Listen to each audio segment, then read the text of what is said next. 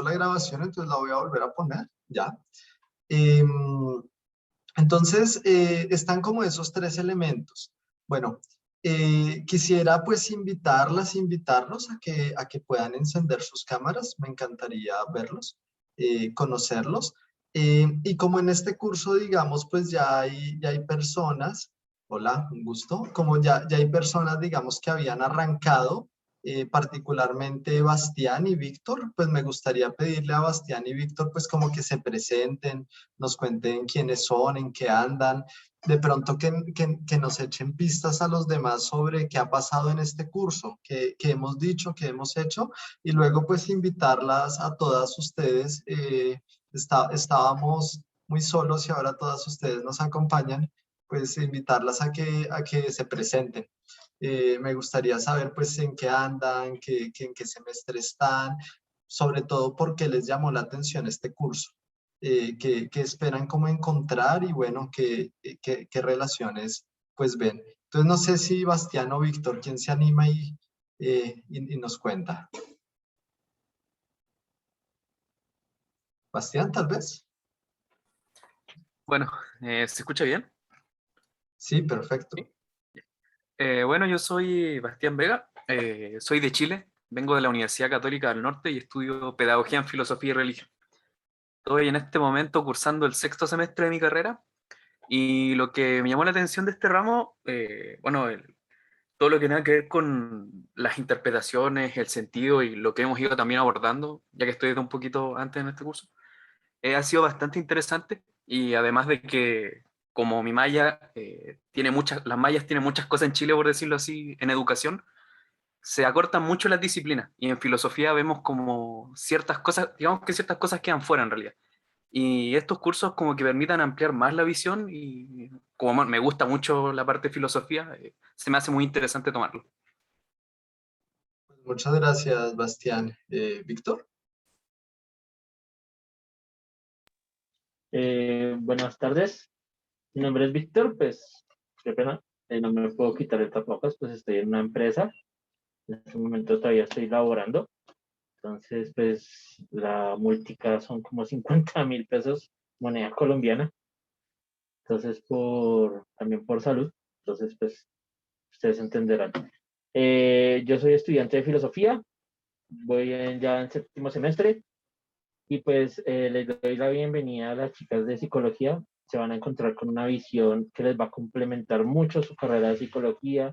Ustedes sabrán que la psicología viene también de un proceso de, digámoslo así, de hermandad frente a la filosofía y que en un momento a otro abrió sus alas y voló por otro lado, pero se van a encontrar una visión muy grande con la filosofía y creo que este curso les va a ayudar a, a repensar que todo proceso filosófico se puede implementar dentro de sus actividades psicológicas, sea en la rama que estén, si están en educativa, si están en clínica, si están en organizacional.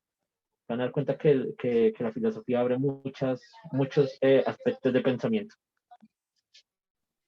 No, pues gracias por la promoción, Víctor. Esperamos que sea verdad todo lo que dice. Miriam también está en el trabajo, ¿cierto? Ay, de verdad. Sí, justamente. Cuéntanos, cuéntanos. Bueno, hola, buenas tardes. Una disculpa si de pronto como que se ve mucho movimiento en mi pantalla. Sí estoy trabajando también, pero la verdad no quería perderme por nada asistir. Y voy en quinto semestre de la Facultad de Psicología en la Universidad de Colima. Me interesa mucho el curso. Me parece muy padre conocer desde una perspectiva filosófica y psicológica estos dos conceptos que ya me causan mucha curiosidad conocer y verlos como aplicados en ciertas situaciones. Bueno, pues muchas gracias, Miriam. Creo que todas son de psicología, ¿cierto? No hay nadie de otro programa, ¿o sí? Que no. Bueno, ¿quién se anima?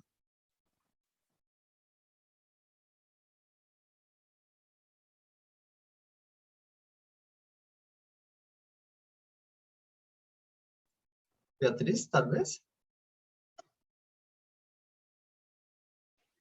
Ok. Bueno, yo soy Beatriz Valdés, me pueden decir Betty, está bien. Igual soy alumna de quinto semestre de psicología en la Universidad de Colima.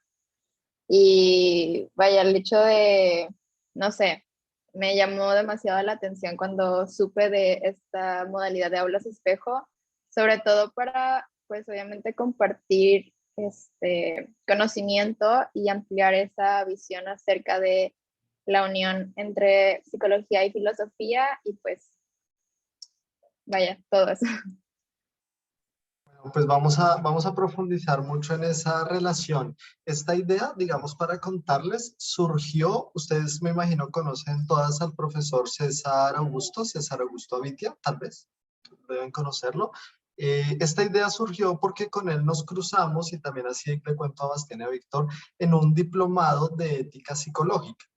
Entonces, pues ocurre que que en la psicología, ustedes ya lo saben, hay como todo el tema de la deontología, la ética profesional, y al revisar este tema de los códigos deontológicos, pues un poco lo que uno encuentra es que los deberes de la profesión están muy relacionados con lo que se conoce como la historia de la filosofía moral. Entonces, como que las tradiciones éticas y filosóficas como que suelen estar a la base de las éticas profesionales. Entonces ahí tuvimos como un diálogo en el que dijimos, bueno, interesantísimo que podamos entonces explorar esa frontera psicología-filosofía, porque nosotros estamos en una licenciatura. Lo que pasa es que en México les dicen igual a todos los programas, pero la licenciatura para nosotros es un programa de docencia. Nosotros formamos profesores. Les llamamos pregrados en general. Y ustedes pues están en un programa de psicología, lo llaman licenciatura también, pero digamos no está enfocado al problema de la enseñanza, está enfocado como en otros problemas, pero para un docente, para un profesor, lo que ustedes hacen y sobre todo lo que trabajan, por ejemplo, en términos de desarrollo moral, de desarrollo de estilos de aprendizaje o, por ejemplo, temas de deliberación o de manejo emocional son fundamentales para un docente. Entonces, así como Víctor decía, por ejemplo, que interesante poder ver esa relación o cómo de las preguntas filosóficas emergen varias de las reflexiones psicológicas, pues para nosotros es un gusto poder como alimentarnos, enriquecernos como con la perspectiva que ustedes vienen trabajando, que a un docente, digamos, le resulta fundamental. Entonces, bueno, como ahondar en eso. Pues muchas gracias, Betty. No sé, tal vez Lisette, de pronto.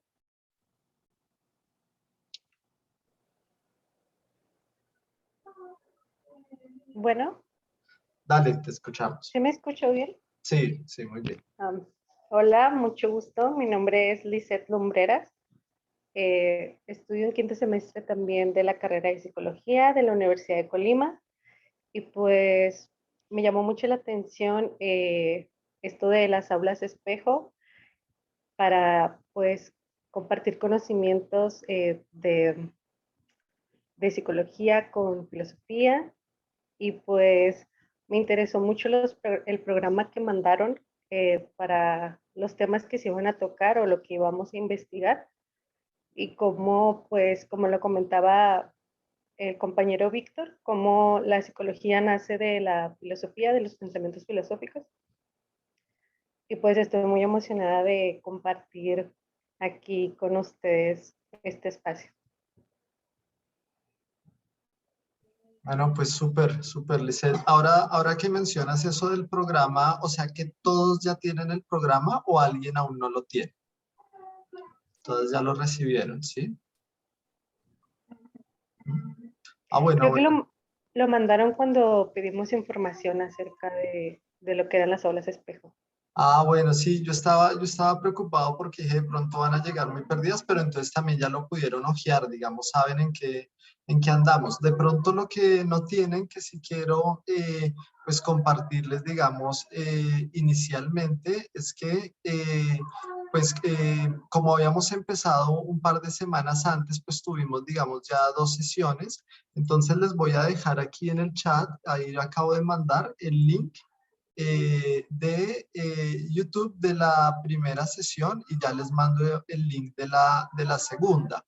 Pues no se preocupen, digamos la invitación es como a que las puedan ver. En la primera sesión lo que se hizo fue presentar el programa. En realidad, como las lecturas que iban a ver, los acuerdos, digamos, básicos generales, el programa un poco ya lo conocen y si tienen alguna duda, pues lo vamos a ir aclarando. Y la segunda, que digamos, si ya fue propiamente una sesión, empezamos con un texto al que le vamos a dar continuidad hoy, que vamos a aclarar, que es la apología de Sócrates. Un texto de Platón, un diálogo, digamos, clásico, y que nos va a poner como en el centro, básicamente, diría, el problema de la crítica.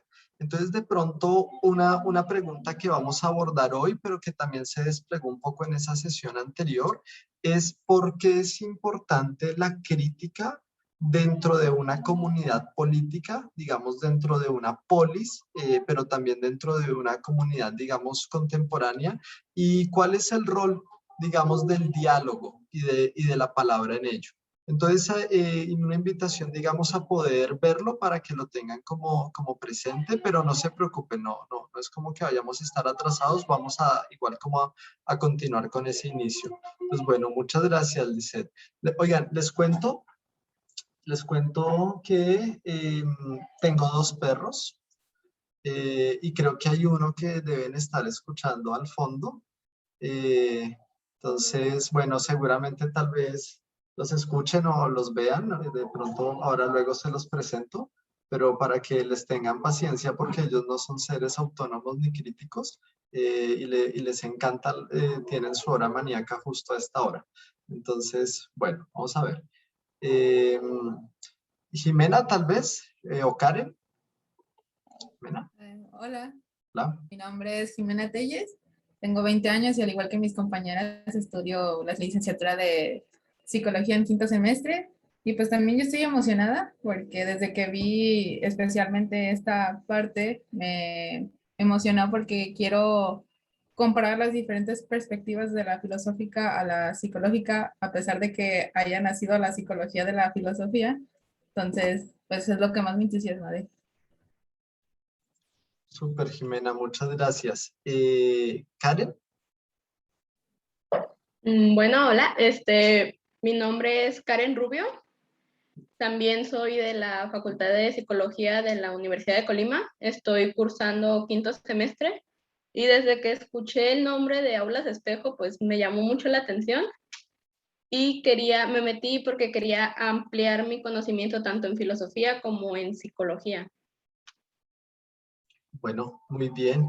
Y finalmente, Elisa. Hola, mi nombre es Elisa, espero que se me escuche. Estoy teniendo problemas con mi internet. Soy alumna de la Universidad de Colima, de la Facultad de Psicología, en 3er semestre.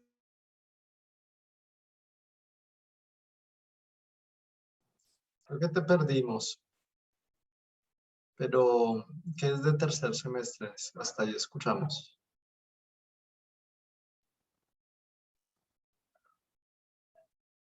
Bueno, si de pronto no vuelve, escríbenos. Okay, y estoy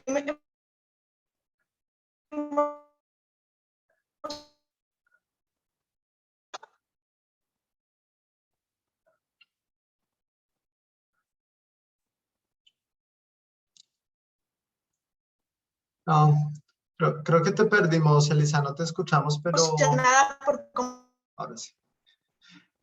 Siento que cuando te decimos que te perdimos, vuelves, pero no vuelves.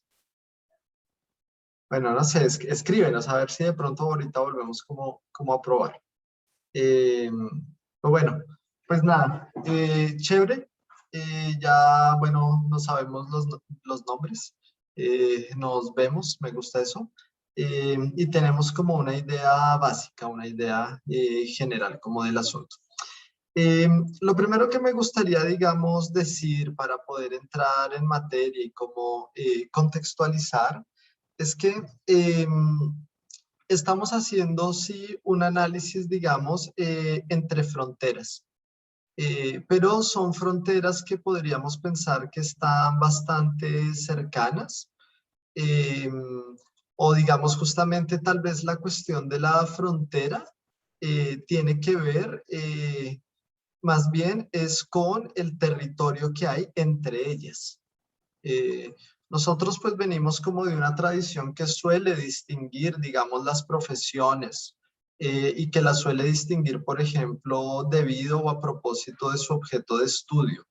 Eh, y entonces uno puede pensar que, digamos, la psicología y la filosofía tienen de pronto como formas de trabajo, objetos de estudio, propósitos de investigación distintos, sobre todo porque las llamamos distinto, ¿no? Son profesiones pues finalmente diferentes, pero parece que un poco pues, lo que resulta como interesante es tratar de pensar qué es lo que hay en esa frontera, cuáles son los territorios comunes, digamos, cómo lo podemos abordar. Y me gustaría decir que Sócrates usa una expresión muy bonita, una expresión, digamos, bastante particular, y es que él dice que él es una suerte como de partera de ideas, pero también él dice que él realiza como, voy a ponerlo acá, análisis como del alma. Eh, esas dos nociones pueden ser interesantes. Pensar que será como análisis del alma y cómo puede ser una cosa así. Eh, y pensar también qué significa ser como una partera de ideas, dar vida, ¿no? La idea de un nacimiento, de una gestación. Eh, Quisiera dejarlo simplemente por ahora allí latente. Eh, y señalar del otro lado que la psicología es una profesión que, así como otras profesiones del ámbito de la salud, digamos que como la medicina, la fisioterapia, etcétera, es una profesión que la podemos considerar como una profesión del cuidado. Eh, digamos, sea que uno esté en un enfoque, ahora Víctor decía, clínico, organizacional, etcétera, educativo, comunitario, bueno, independientemente como de la línea de trabajo que uno hace, si uno quiere ser un perito, etcétera, pues en el fondo como que uno lo que realiza son prácticas o procesos de cuidado, y en ese sentido un aspecto como central de la psicología es la relación, digamos, que se establece, por ejemplo, con el consultante, con el usuario, con las personas, digamos, que están alrededor. Y parece entonces que la psicología y la filosofía se empiezan a parecer en muchas cosas. Porque Sócrates en la apología nos va a hablar de un asunto, digamos, muy particular, que es el tema del diálogo. Eh, y ese diálogo, bueno, pues es una relación, ¿no? Dialogar con alguien es relacionarnos con él.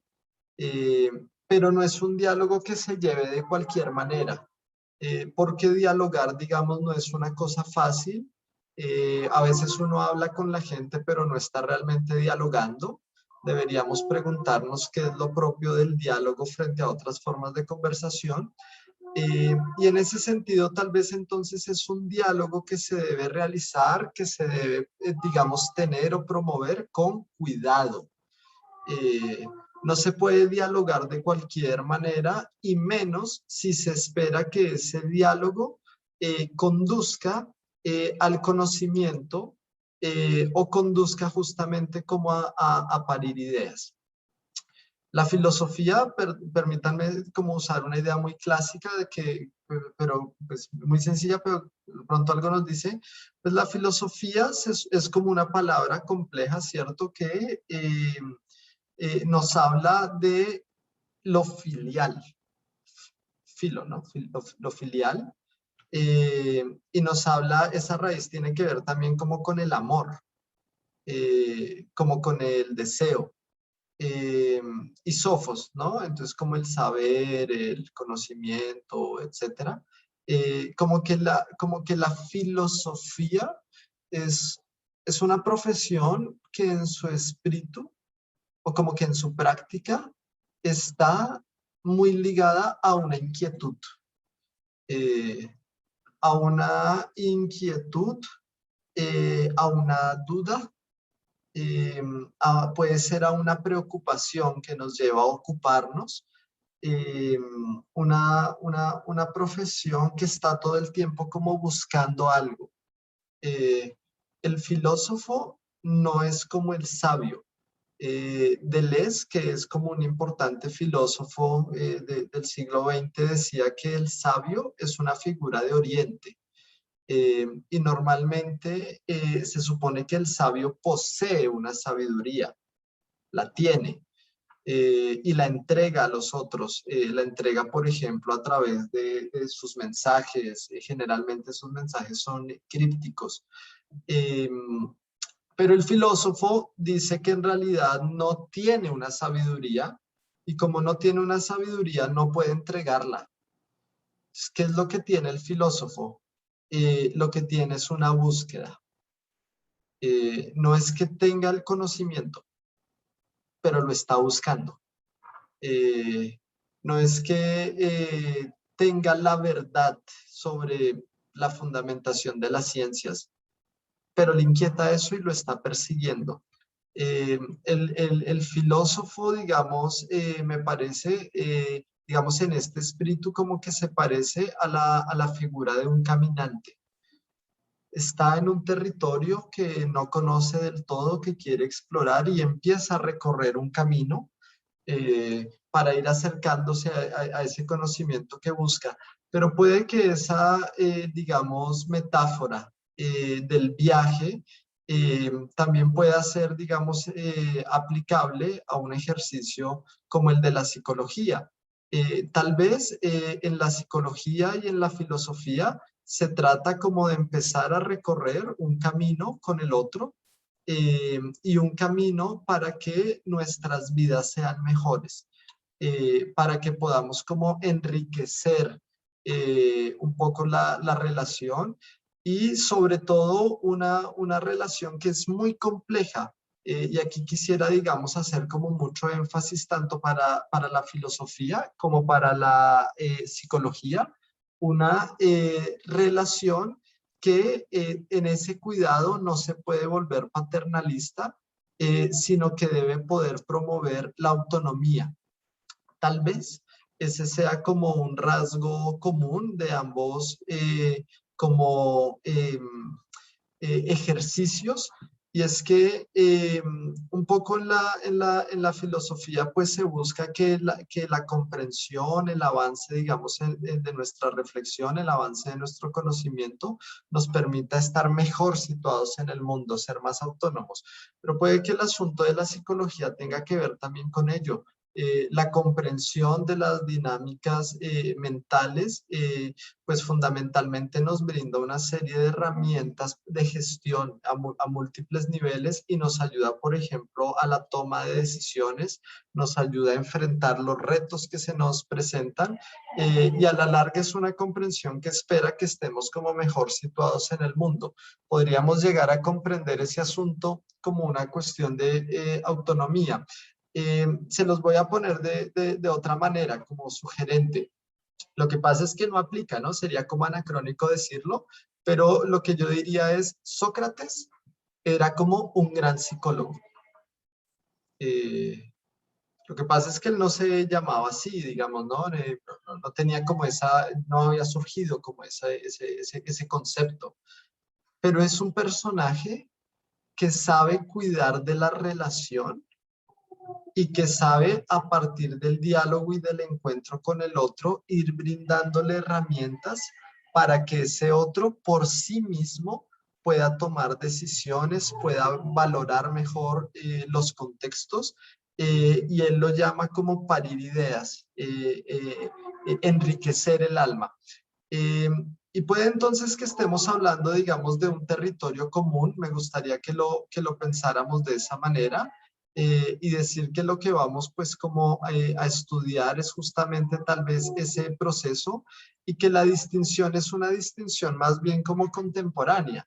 Pero creo que debemos como entender en estos múltiples lenguajes como qué va a pasar. Por esa razón vamos a leer a filósofos, pero vamos a leer también a psicólogos. Entonces, por ejemplo, la lectura, digamos, que viene es una lectura de un personaje muy interesante que falleció hace como 2 semanas, seguramente ustedes lo tienen más cerca, que es Albert Bandura. Eh, Tenía como ya 96 años, pero digamos un trabajo súper fuerte en la década, sobre todo de los 80. Ahí él avanzó mucho y particularmente con un concepto que es el de la desconexión moral. Eso está, digamos, muy relacionado también en el ámbito de la psicología social, por ejemplo, como con los estudios de Milgram o con los estudios de Zimbardo, como todo este asunto de las disposiciones como estructurales que pueden modelar nuestra conducta. Entonces vamos a leer también, digamos, psicólogos y vamos a ver que allí hay como una comprensión muy fuerte como de todo este tipo, pues, de procesos. Eso es un poco como lo que diría, digamos, ya a manera de introducción sobre lo que vamos a hacer, como para caracterizar el espíritu del curso. Pero me gustaría poder entrar o poder, digamos, volver sobre este texto de la apología y seguir desarrollándolo. A los compañeros les había recomendado una lectura, pues que también les recomiendo pues a ustedes, que se llama El coraje de la verdad. Es un texto de Michel Foucault. Si me permiten ya un segundo, busco el PDF y les comparto el link. Pero El coraje de la verdad, pues es un texto en el que Foucault reflexiona sobre esa figura de Sócrates y bueno, nos ayuda, digamos, a comprender mejor qué es lo que pasa en ese tipo de relaciones. Entonces, pues me gustaría abrir como el debate. Por favor, siéntanse muy libres de intervenir en el momento que lo consideren, cuando tengan dudas, preguntas, comentarios, cuando quieran, mejor dicho. Ahí lo acabo de mandar. Pero bueno, de pronto no, pero como tenían tal vez ya el programa, no sé, me gustaría saber cómo, qué imagen tienen de Sócrates, si conocen el texto de la Apología, y para quienes ya lo han estado trabajando y pudieron avanzar en esta lectura, pues que nos cuenten como sus impresiones iniciales, sus reflexiones iniciales, y de seguro eso nos va a permitir construir como una ruta temática, digamos, para avanzar en la reflexión. Entonces, pues bueno, lo dejo por allí y bueno, los escuchamos. ¿Qué piensan? ¿Qué dicen?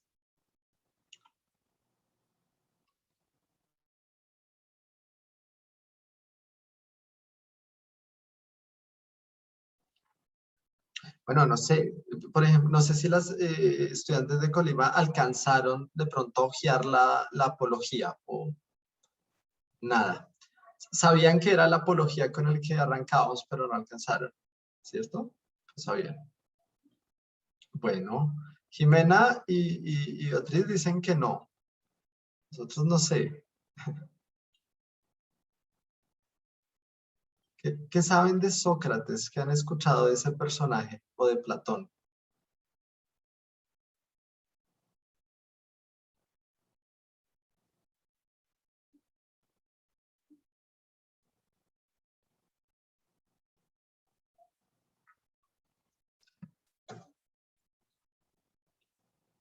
Yo había escuchado de Platón en el semestre pasado en materia de sexualidad y género.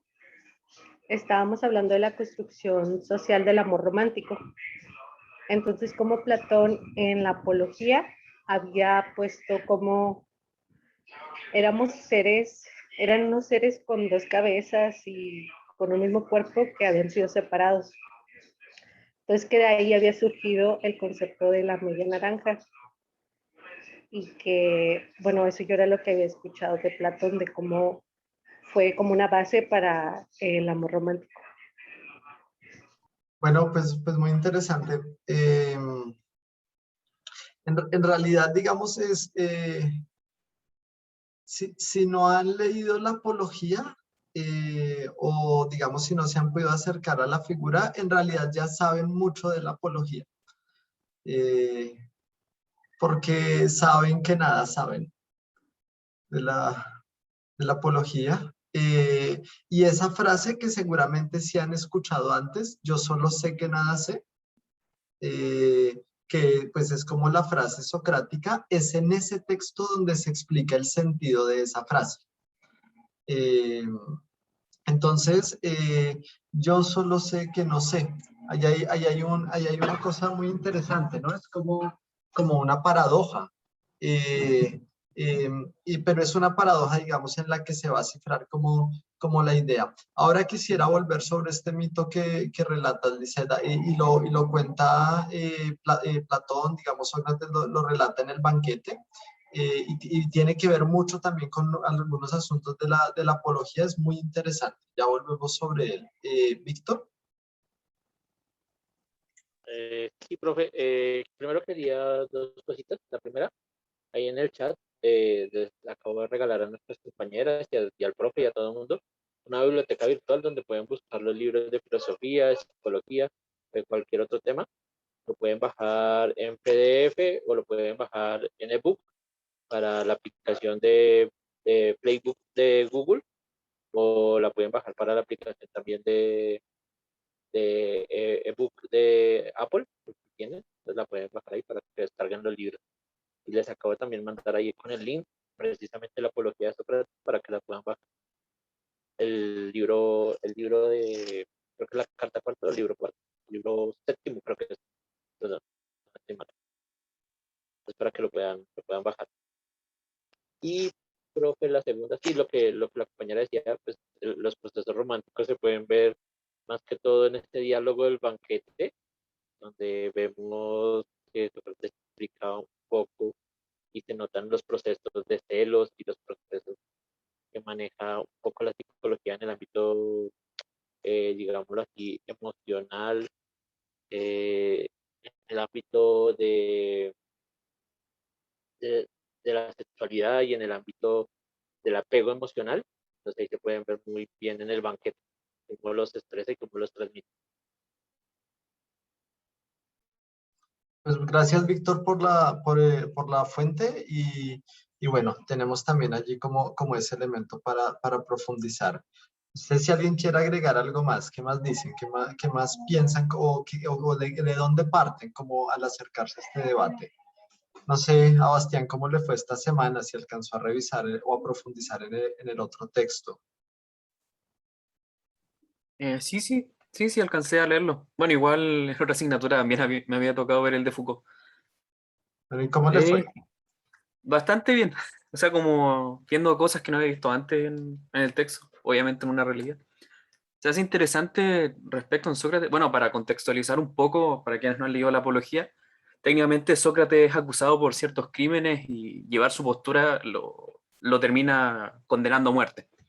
Y en ese sentido, bajo lo que habla Foucault del tema de la parresía, o decir verás, vemos cómo en ese sentido Sócrates se hacía cargo de lo que decía y lo que hacía como su verdad, como por transmitirlo el coraje de la verdad, como su designación del Dios hacía que no le importara nada, que corría ese riesgo que plantea Foucault del parresiasta al decir, ese decir veras, valga la redundancia, que como, bueno, Sócrates decía que no sabía nada en el sentido de que frente a las personas que decían saber, o los sofistas como se conocían en ese entonces, él le hacía preguntas y mediante esas preguntas se daba cuenta que en realidad ellos no sabían lo que aparentaban o decían saber.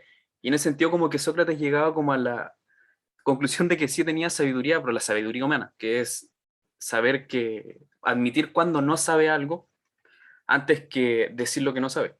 Y en ese sentido, con esto de ir hacia adelante, corre riesgo en ese sentido, desde lo que es la parresía como tal. Riesgos de perder amigos, ganar un montón de enemigos, cosa que se ve en el tribunal, que hay acusaciones que son incluso contradictorias, acusándolo de ateísmo, pero que introducía dioses ajenos a los dioses locales, lo cual es como súper contradictoria esa acusación que se le hizo a Sócrates. Lo cual se hizo como súper interesante volver a eso y ver a Sócrates desde este punto como parriciasta, por decirlo así. Bueno, pues gracias, Bastián. La Apología de Sócrates es un texto que narra el juicio que los atenienses le hacen a Sócrates, acusándolo, como dice Bastián, de múltiples cosas. O sea, de verdad lo acusan de todo. Lo acusan de que corrompe los jóvenes, de que pone dioses falsos, de que convierte lo complicado en fácil y lo fácil en difícil, de que es sofista, de todo lo quieren acusar. Y la verdad es que Sócrates es un señor muy chévere, pero por alguna extraña razón tiene como muchos enemigos. Y son enemigos que se ha venido haciendo con el tiempo, básicamente porque Sócrates es un personaje realmente intratable. Entonces es como un personaje que cuando se encuentra con alguien le hace preguntas y preguntas hasta que el asunto de pronto se puede volver incómodo. eh, y aunque él lo hace con una razón, digamos, noble, él quiere como buscar el conocimiento, pues un poco lo que la gente piensa es este señor es una cosa fastidiosísima aquí preguntándome, cuestionándome y sobre todo haciéndome quedar mal ante otros, porque algo que le molesta mucho a la gente es que les muestren ante otros que no saben o que lo que pensaban que era no era como lo decían, como lo pensaban, porque digamos la persona se siente en evidencia y eso le va a ir granjeando muchas enemistades a Sócrates que después al final de su vida lo terminarán llevando a un juicio donde Sócrates termina como condenado a muerte, pero también eligiendo la muerte. La Apología de Sócrates es un texto, digamos, sencillo de seguir. Es muy entretenido porque es como la situación, siempre son diálogos, hay personajes, hay una situación. Eh, y digamos, pues tenemos todas las tareas, digamos, de ir leyéndolo, de ir profundizando en ella, vamos a seguir hablándolo, pero para hacernos una imagen, a Bastián les había compartido la de Paul Guy, ¿cierto? ¿O no? ¿Cómo? ¿No les había compartido yo el video de Paul Guy cuando estábamos hablando de la apología? La semana pasada, ¿no? En el receso. Ah, en el receso, sí, se los Sí. había compartido. Víctor también lo vio, ¿cierto? Sí, está súper bueno. No lo vamos a repetir. No lo vamos a repetir. El de las caritas.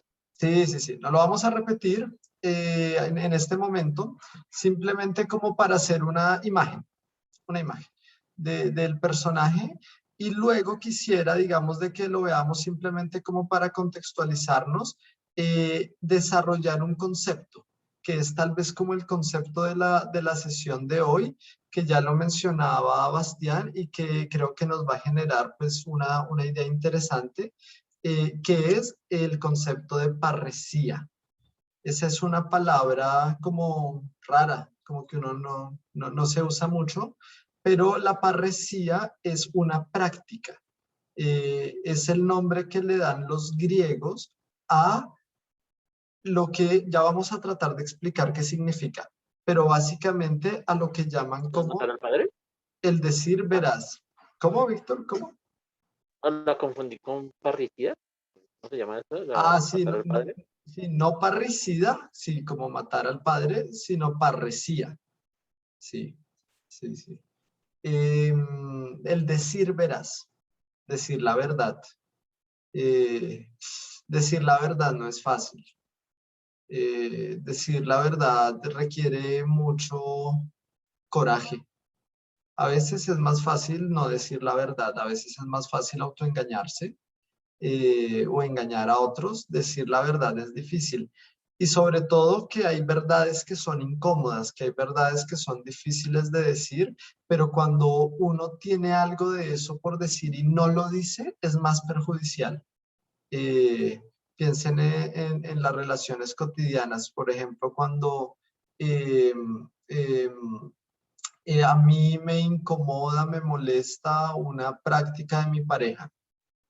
y por no decírselo, como por de pronto no generar el conflicto o la situación, me lo callo, me engaño y de pronto eso va siendo una mella tal que en algún punto se vuelve intolerable. Hay que saber hablar a tiempo, pero hablar a tiempo no es fácil. Requiere mucho coraje porque se puede romper la relación. Las verdades pueden ser fuertes y decir la verdad hace que corramos riesgos. A mucha gente la matan por decir la verdad. Y sobre todo también por desenmascarar a los otros. Ahí es muy interesante pensar, por ejemplo, el asunto de la ironía y del humor. Eh, Sócrates sabe de eso. Sócrates sabe que decir las cosas con ironía es muy contundente, pero que también puede ser como muy peligroso. Eh, a los poderes no les gustan que se burlen de ellos. Y quien se burla de ellos lo paga eventualmente. Entonces este asunto de decir verdad no es fácil, pero es, digamos, importante y va a caracterizar como la actitud de Sócrates. Quisiera decir y tenerlo aquí también para no perderlo más adelante, y es que esta actividad a Sócrates le parece que es una tarea divina. eh, Relacionarse con los dioses, cumplir una tarea en ese decir verdad. Vamos a tratar de aclararlo. Pero entonces, por ahora veamos un poco el videito de contextualización. Ah, pero antes tenemos aquí en el chat, dice, no veo aquí, un segundo. Dice Lisa, en el sentido de la mayéutica, siento que tiene que ver con que cada pregunta incluye nueva información, nuevos datos y que a pesar de tu conocimiento solo tienes una idea del mismo, pero no de la visión completa. Bueno, muy bien. Y creo que nos das ahí un asunto pues fundamental. Ese diálogo es un diálogo que se hace sobre todo a través de preguntas.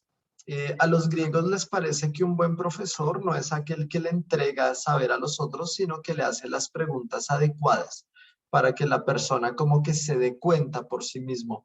Y uno podría pensar que un buen psicólogo, no sé, no general, pero digamos, por ejemplo, en procesos terapéuticos, un buen psicólogo le tiene que decir a uno cosas, le tiene que decir a uno la verdad. La veracidad, de hecho, es como un principio bioético importante. Eh, pero sobre todo como que una gran habilidad del psicólogo consiste en que le haga las preguntas adecuadas al otro para que sea el otro el que se dé cuenta de qué es lo que está pasando. No que le diga, no que le ponga la etiqueta, usted tiene que hacer esto, le pasa esto, no, sino que le pregunte, que le indague para que el otro se dé cuenta. Ese es un asunto, digamos, muy claro en la psicología, pero es, por ejemplo, el corazón mismo de una práctica como la del psicoanálisis.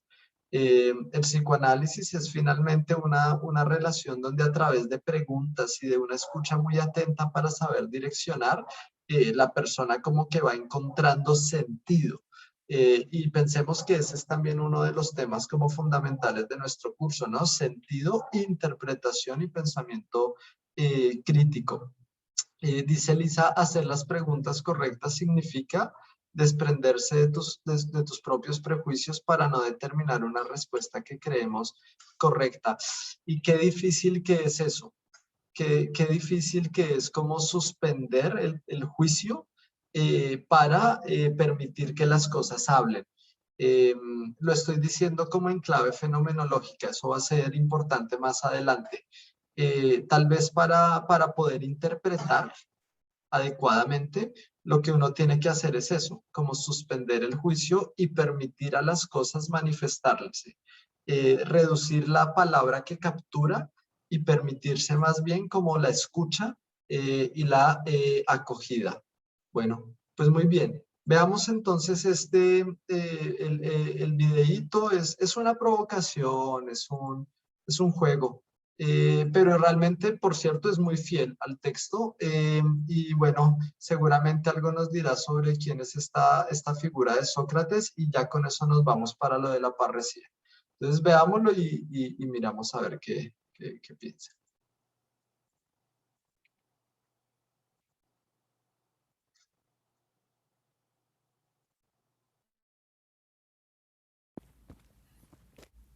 Uy, ¿de dónde vienes? De clase. ¿De clase de qué? De salseo terrestre. ¿Salseo terrestre? ¿Eso existe? Bueno, a ver, se llama historia terrestre, pero creo que llamarlo salseo es más adecuado. ¿Pero y para qué vas a clase de eso? Si tenemos aquí el reality terrestre con el canal 24 horas para ver todo lo que pasa y todo lo que ha pasado en el planeta Tierra. Pues para saber cuáles fueron los momentos claves de los terrícolas, o al menos los momentos que más nos interese ver, y tener las fechas exactas y no tener que estar ahí rebobinando a ojo a ver qué encontramos, porque es que no acabamos nunca. ¿Es verdad? ¿Sí ganamos años de vida? ¿Y qué, tienes algún terrícola en mente del cual ver su vida? Pues sí. ¿Alguna vez has pensado en quiénes fueron los primeros terrícolas que pensaron? Pero rollo que pensaron, igual no lo sabemos todo, o igual somos todos gilipollas. ¿Ha habido alguno? Pues sorprendentemente sí. Y por lo que me han contado, hay uno que no fue el primero, pero se ve que era un fiera, un monstruo, un titán. Se llamaba Sócrates. El muy vago no escribió nada, solo hablaba, y claro, de lo que se sabe es porque uno dijo que el otro dijo que escuchó decirle, ¿sabes? ¡Qué interesante! Pues sí, ponlo, que tengo curiosidad de ver al Escrótates este. Escrótates no, Sócrates. Ah, ¿qué más da? Es que se ponen unos nombres muy complicados los humanos. Ya se podrían llamar... En fin, bueno, voy a ponerlo. Esto fue antes de Jesús, ¿eh? ¡Lol! ¡Qué fuerte! ¿Cuántas cosas nos hemos saltado?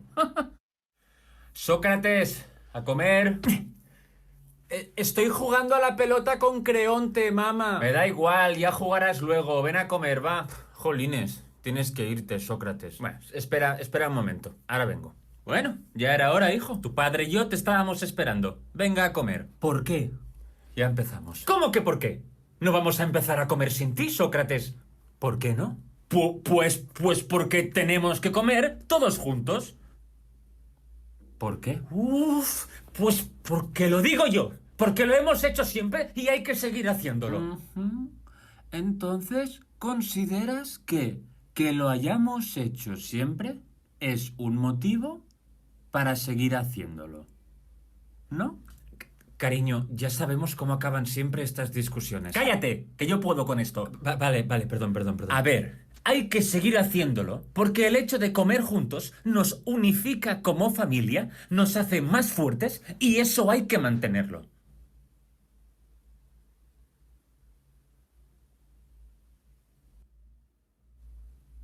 ¿Por qué? Yo es que me cago Sí, es en... que lo sabía. ¿Crees que por el hecho de haber nacido fruto de una relación sexual entre vosotros dos os da derecho a obligarme a comer con vosotros? Que sí, Sócrates, que sí, que te vayas a jugar con Creonte y dejes de taladrarme la cabeza. Coño ya. ¡Yujú! Nos está ganando. El niño nos está ganando. Sofronisco, tú tampoco es que ayudes mucho, ¿eh? Yo no puedo ayudar. Yo cada vez que hablo con él me baja la autoestima.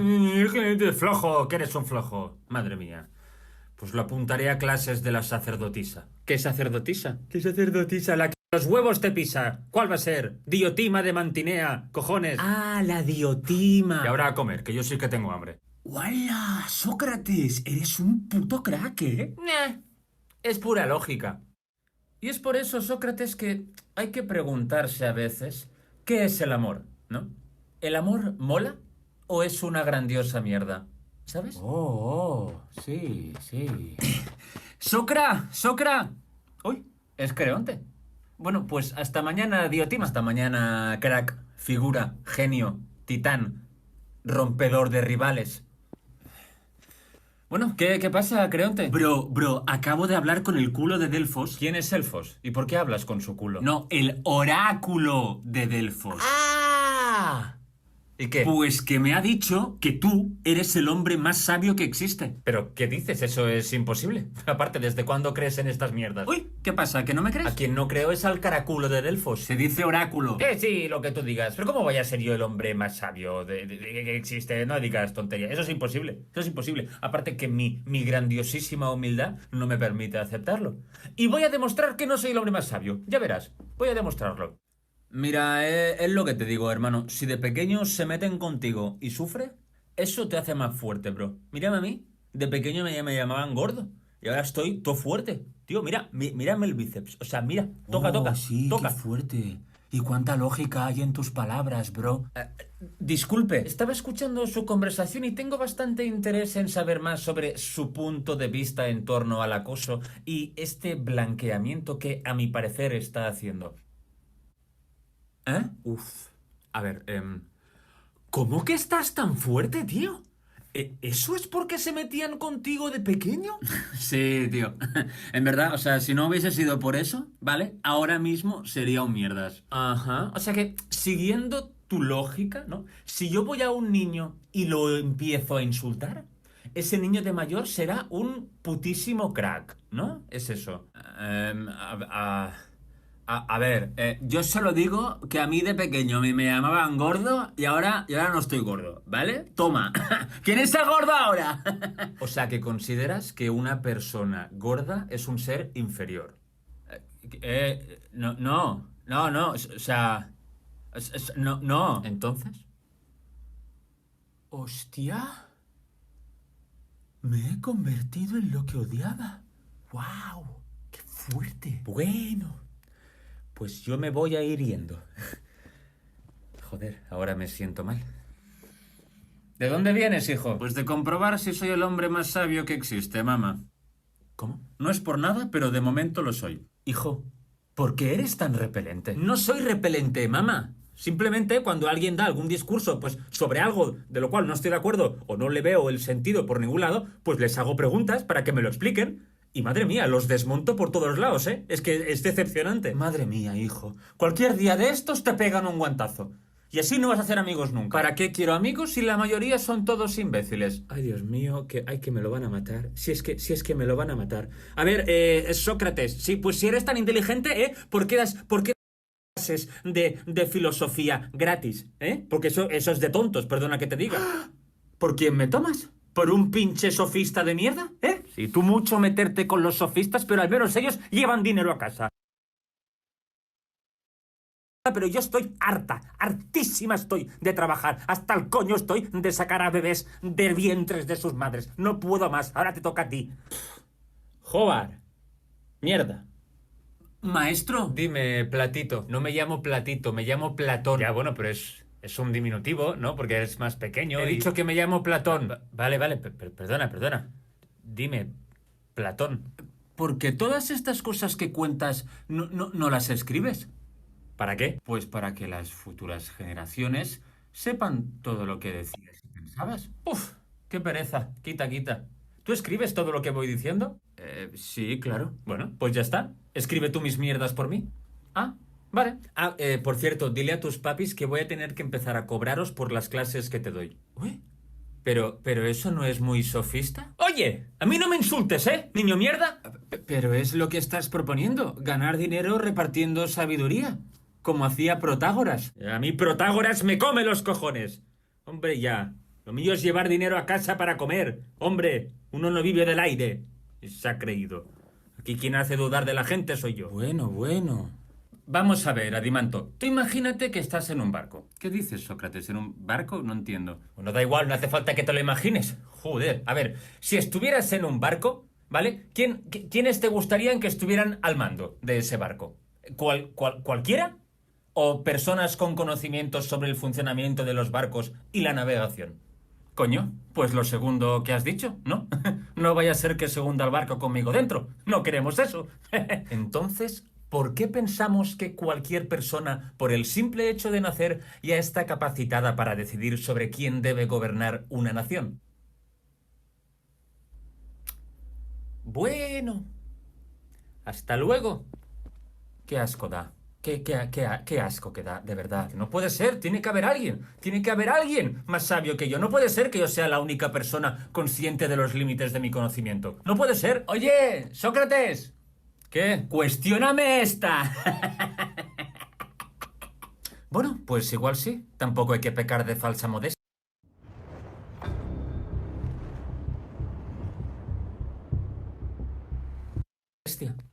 Oye, ¿tú la túnica la has lavado alguna vez? O sea, te lo pregunto porque siempre te veo con la misma y no sé, como sabes tanto de todo, igual es por algún motivo en concreto.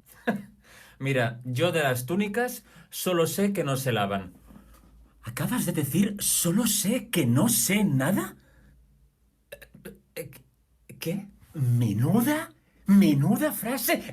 Atenienses! Sócrates ha dicho, solo sé que no sé nada. ¿Os lo podéis creer? Oh, what the fuck? Menuda frase. Hostia, qué bueno, me lo voy a tatuar en el pecho. Es gracioso porque es que eso no lo he dicho en mi vida y nunca lo he pensado, pero es buenísima esta frase.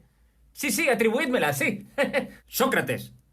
Uy, ¿algún problema, soldado? Mierda, ya empieza con las preguntas para distraerme. Sabía que esto podría pasar. Pues sí, tengo muchos problemas, pero no he venido a hablar de mí. He venido a detenerle. ¿Cómo que a detenerme? ¿Por qué? ¿Por qué? ¿Me ha preguntado por qué? Me está haciendo dudar de las órdenes que he recibido. Que no, cojones, que te estoy preguntando que por qué me detienes, que me lo expliques, que si no me lo explicas no... Me estoy agobiando. ¿Quieres hacer el favor de relajarte? Estás haciéndome reflexionar sobre mi propia existencia. ¿Cómo voy a relajarme?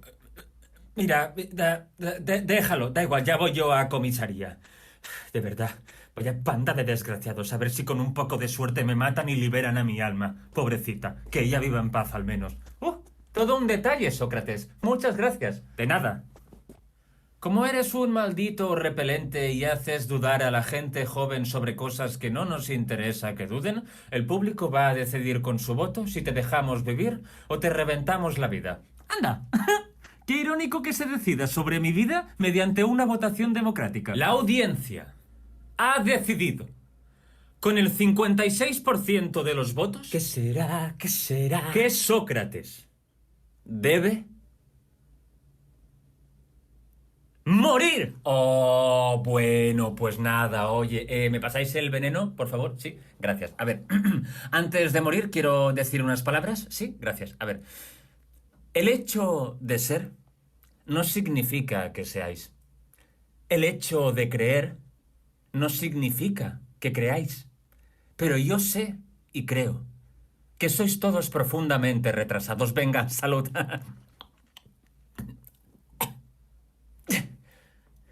¡Yujú! ¡Al fin soy libre!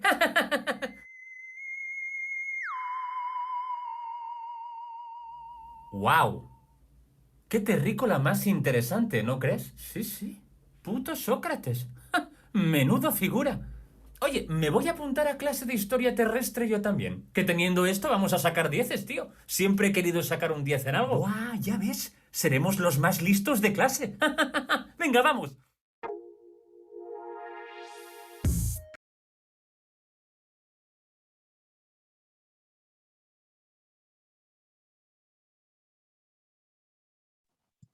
Bueno, pues es como la tercera vez que lo veo este mes.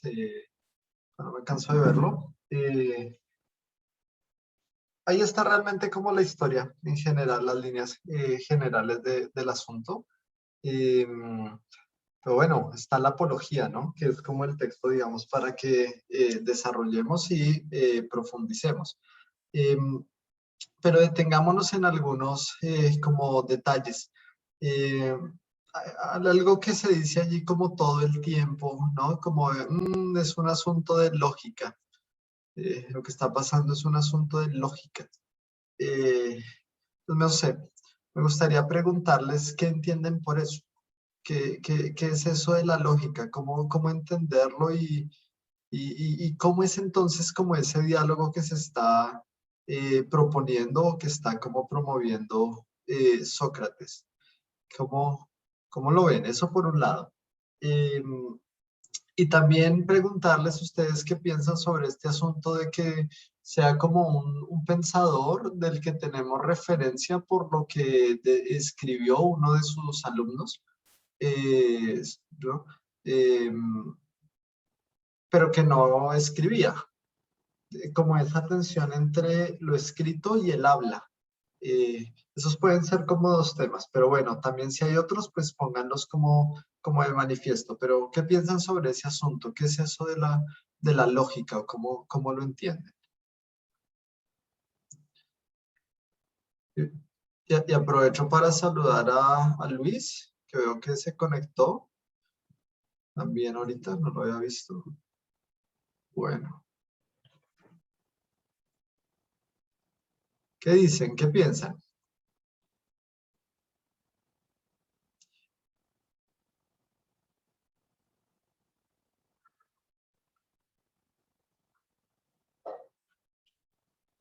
Karen dice en el chat, da a entender que la lógica es algo obvio. ¿Eh? Esa expresión, ¿no? Como que cuando hay algo obvio, la gente dice como lógico, es lógico, ¿no? Es como obvio, es lógico.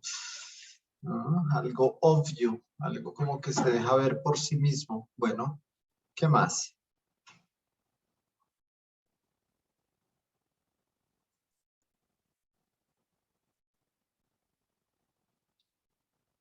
En filosofía toma cursos de lógica, por ejemplo, es como una rama. Luis. Bueno, muy buenas noches, profe. Hola. Muy buenas noches a todos.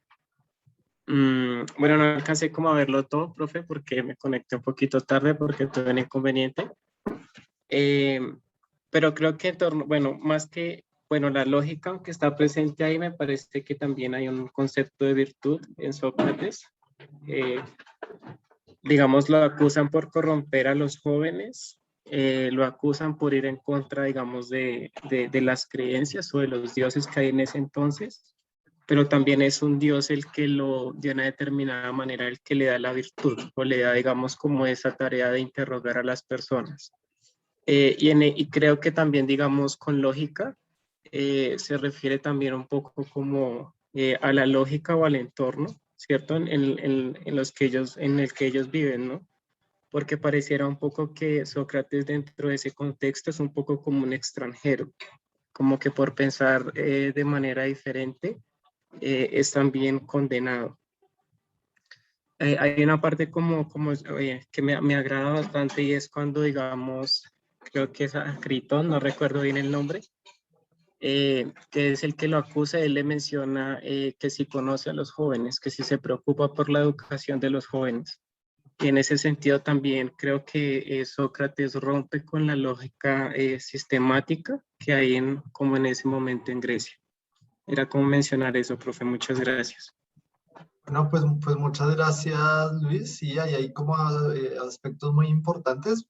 Ahora podemos volver sobre ellos. Quisieras como ir recogiendo algunas opiniones. Dice Miriam, considero que la lógica hace referencia a la reflexión crítica acerca de algo. O sea, como que la lógica puede ser una de las herramientas del pensamiento crítico. Bueno, si usted quiere que alguien sea crítico, una cosa como importante que le puede enseñar es lógica. Y entendiendo que la lógica es como un área que estudia el razonamiento.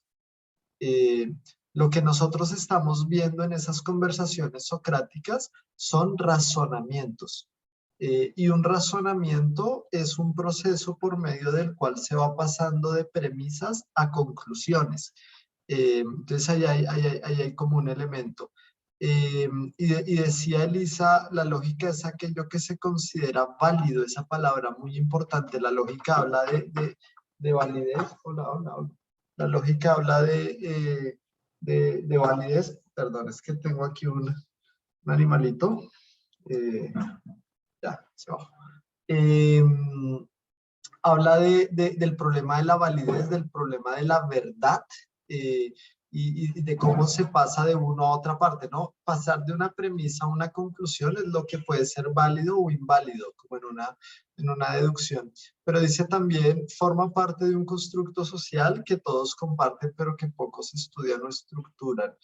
Bueno, o sea que lógica es también logos, ¿cierto? Y entonces es lenguaje.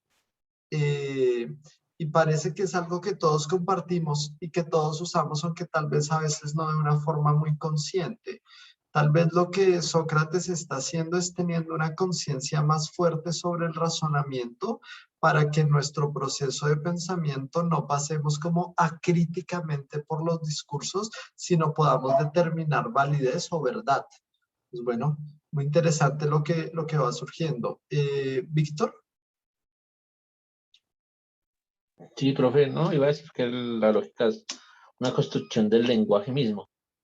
como tal, como lo vimos una vez cuando hablamos sobre el lenguaje y sobre Wittgenstein, que veíamos la lógica. Entonces es la misma, es A más B es igual C, es lo que su merced dijo. Es una serie de premisas que es A más una serie de acciones para llegar a una conclusión, que sería igual a C. ¿Sí? Es también un constructo y se puede manejar como la afirmación del manejo del lenguaje del ser humano para llegar a un término fijo, como a un pensamiento fijo o a una acción fija. Y también la vemos como una acción matemática. Entonces yo siempre he visto y me he ocupado en eso, y es que la filosofía de la lógica uno la puede ver desde diferentes puntos y más que todo desde la matemática. Bueno, sí, muchas gracias, Víctor. Y porque la lógica es un pensamiento formal, como la estructura, digamos, de la matemática, tiene como axiomas, tiene reglas, eh, y es, digamos, muy importante porque al estudiar lo que es, digamos, un buen argumento, un buen razonamiento, también un poco como que va a ir identificando lo que no lo es. Y en la lógica, digamos, pues hay una palabra allí como muy clara, ¿no? La falacia. Un poco tal vez lo que Sócrates hace es como denunciar falacias lógicas cuando un discurso no se sigue, sacar de allí conclusiones, digamos, que uno no se esperaba. Eh, como ser muy riguroso en el análisis discursivo, en el análisis como formal, para tratar de ir clarificando los conceptos. Y de pronto eso es una característica como importante de la filosofía socrática, y es que tal vez allí hay un gesto muy particular, y es que el filósofo está preocupado por tratar de hablar con un lenguaje preciso. Con un lenguaje buscan que se corresponda como con la realidad, que se corresponda con los fenómenos, y eso es un poco lo que llaman como un lenguaje verdadero. Eh, Hablar de una manera precisa eh, es como una preocupación por, no sé, que tiene como un carácter higiénico, ¿no? Como por la limpieza de la expresión, por la limpieza del lenguaje, y también como por la precisión. Eh, Eso puede ser importante porque tal vez lo que llaman los sofistas, un poco como que parte de la crítica es que tal vez hablan en un lenguaje que es muy seductor, un lenguaje que alberga muchas promesas, pero que de pronto no es tan preciso y es etéreo y de pronto puede, no sé, ser problemático. No sé, me gustaría preguntarles particularmente pues a las personas de psicología, por ejemplo, cuál es como el concepto. Yo he tenido la oportunidad como de relacionarme con psicólogos aquí en Colombia, en ASCOFAPSI y en COLSIP, que es la Asociación Colombiana de Facultades de Psicología, con esto que les contaba, que ahí fue que nos conocimos con César en estos temas de ética deontológica, y bueno, ahí hay como unas ideas muy particulares sobre este tema, pero a mí me gustaría preguntarles, por ejemplo, ¿qué piensan ustedes como de esto que llaman el coach? El coaching. ¿Qué percepción tienen de eso? Mena, ¿de pronto quieres contarnos? Pues en lo personal me parece algo tonto, si se puede ver de esa manera, porque siento que son personas que sin estudiar ni nada se agarran de lo primero que ven en internet y dicen que pueden ayudar y no, cuando en realidad es un poco más complejo, según yo, ¿no? Bueno, No sé. bueno, muy interesante que dicen las demás. Lisa dice la enseñanza de aquello que se cree un saber estable. Bueno, y hay mucha gente que hace coach y le quita el puesto a psicólogos. No lo duden.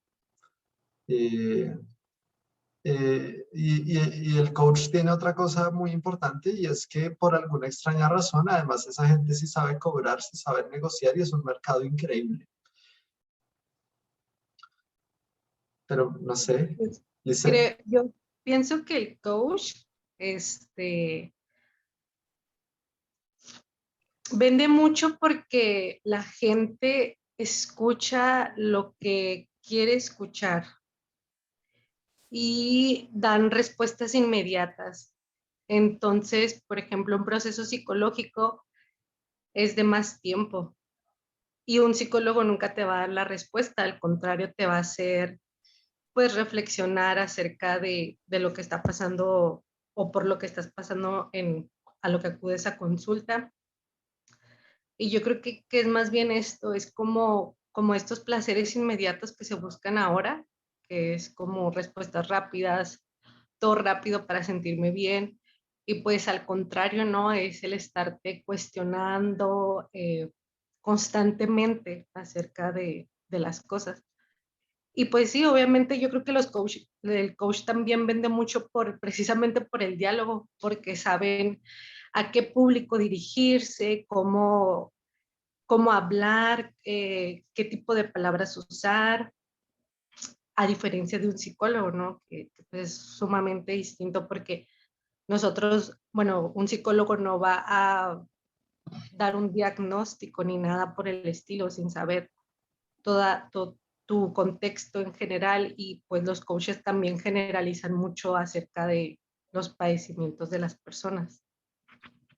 No, muchas gracias, Lisette. Miriam. Estoy muy de acuerdo con todo lo que menciona Lisette, pero algo que también me gustaría resaltar es que el coach se hace como de alguna forma masiva. Siento que es este discurso para todas las personas, siendo que desde terapia podemos observar que todos somos muy diferentes y pasamos por situaciones muy distintas, entonces es algo más individual y el coach lo hace como de una manera general en donde puede que ciertos, como información que hablen no sea la adecuada para las personas porque no todos encajan con ese perfil, pero sí es una de las cosas que también estoy algo en desacuerdo. Bueno, pues muchas gracias. Como que, no sé, como que de pronto, y por ejemplo ahora hacen coaching ontológico. O sea, es una cosa como, o sea, filósofos por ahí también deben estar como en esas oscuras sectas, y también les va como muy bien. Y de pronto hay respuestas demasiado fáciles o rápidas a problemas muy complejos, no sé. Piensa bien y te irá bien. De pronto hay algo de verdad en eso, pero como que eso no resuelve los problemas, esa no es realmente como la solución. Eh, y de pronto el coaching sea tal vez para nosotros como este tema de la literatura de éxito, de la autoayuda, como lo que le quita un montón de plazas a psicólogos, a filósofos, etcétera, como que serían como los sofistas de esta época, aparentemente, porque son los que dicen que tienen como un saber, pues tienen una promesa, lo dan a cambio, digamos, de dinero, y mucha gente lo sigue, y parece que Sócrates quiere, y Platón, y bueno, como toda esta escuela, resistirse a ese fenómeno, y por eso es que piensan que el lenguaje debe ser un lenguaje crítico, un lenguaje preciso, un lenguaje meditado y no un lenguaje como etéreo, fácil, seductor, sino algo que nos genere conciencia. Eh, y ahí es donde juega como un rol importante la lógica. Eh, y también digamos como la tarea de la filosofía. Y de pronto por eso también algo de eso hay, que podríamos, recogiendo lo que decía Luis, como llamar una suerte de virtud. Eh, y es que este va a ser también como un tema muy importante. Sócrates está promoviendo un modelo de conocimiento, un modelo educativo, un modelo de preguntas, pero también está promoviendo una forma de vida, porque hay una cierta rectitud en lo que hace, y sobre todo porque considera que lo que hace es una tarea divina.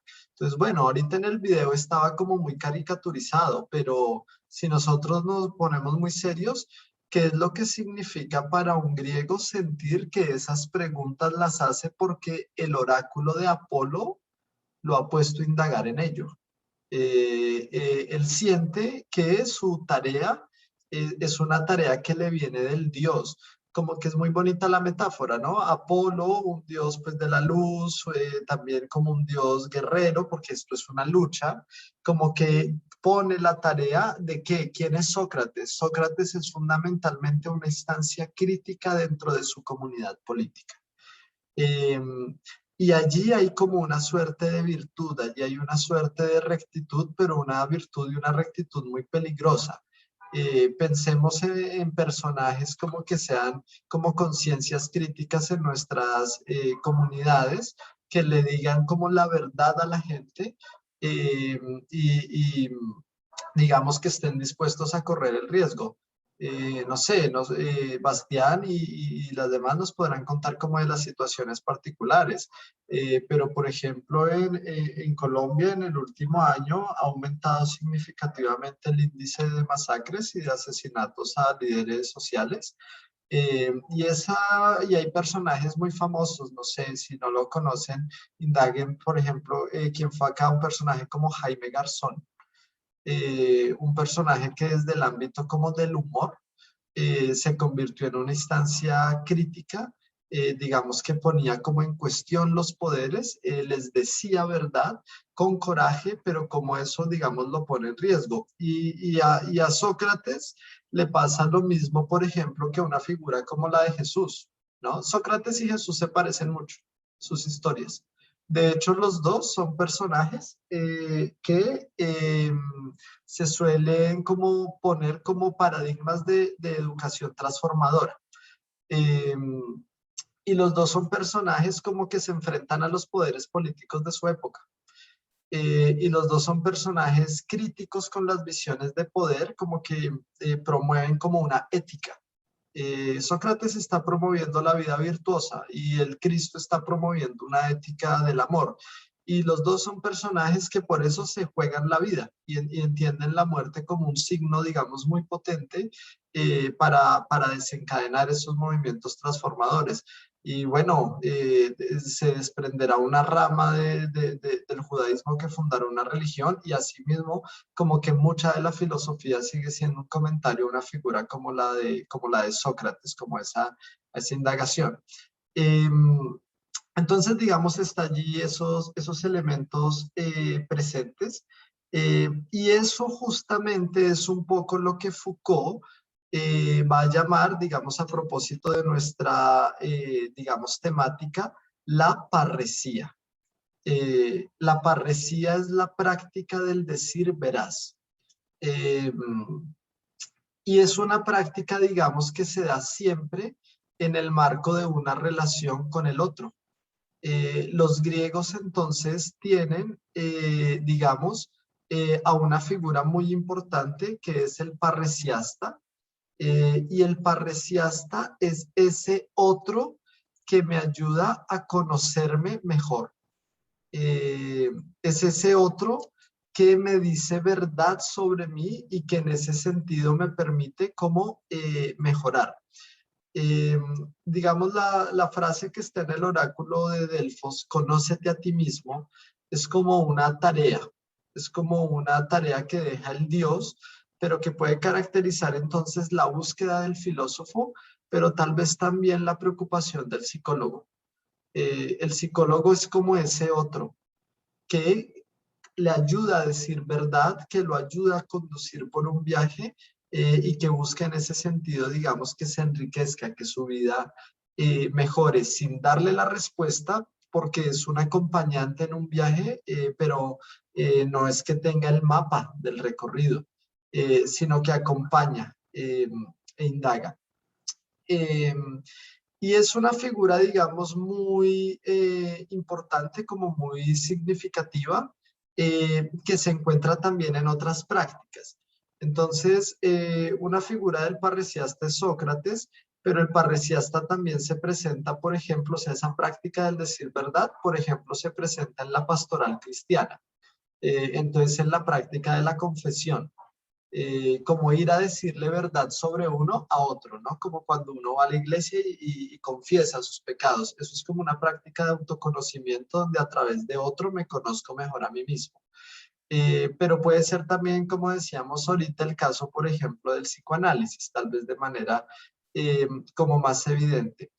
Esta noción del parresiasta, digamos, ha influenciado mucho la reflexión también como de la filosofía política, y hay grandes personajes como que reconocen, digamos, en este texto, en la apología y en una figura como Sócrates y la parresía, algo fundamental de su tarea.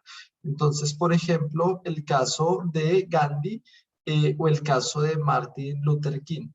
Me gustaría como para poder ahora traer esta discusión a un núcleo problemático, digamos, más contemporáneo, ahondar en estos ejemplos. Eh, pero antes, digamos, de irnos en esa dirección, me gustaría saber hasta allí cómo van, qué piensan, qué comentarios tienen, qué reflexiones les provoca, qué preguntas tienen, y de pronto que tengamos esto como una primera introducción como a la clarificación de pronto de ese concepto, para que podamos empezar ahora como a pensar su pertinencia. Entonces, bueno, no sé, ¿qué piensan? ¿Cómo van? ¿Qué dicen?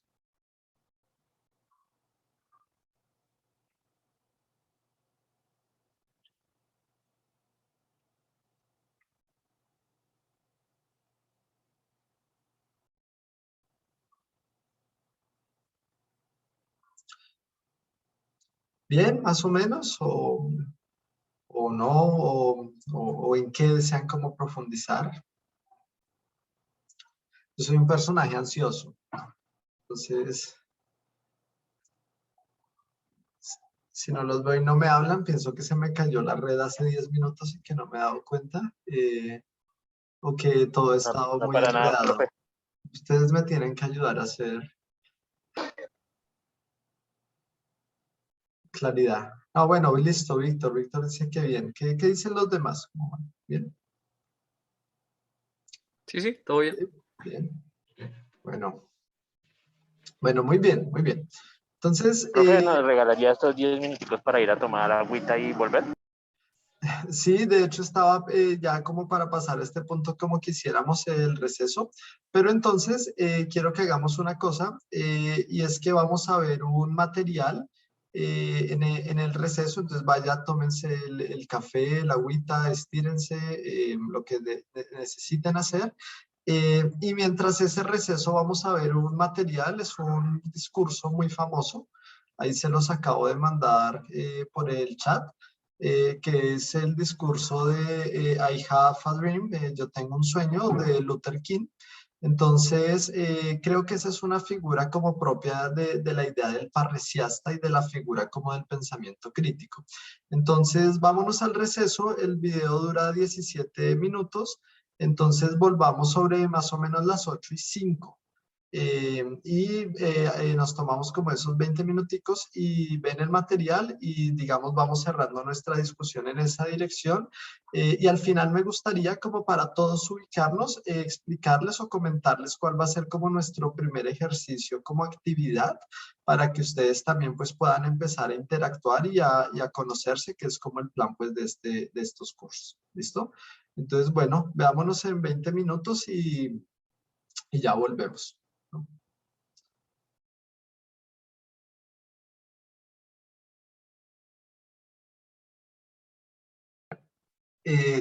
Teníamos este video, y pues es un discurso muy famoso en los años 60, pero parece pues que sus problemas igual siguen siendo como muy actuales, pero también como muy clásicos.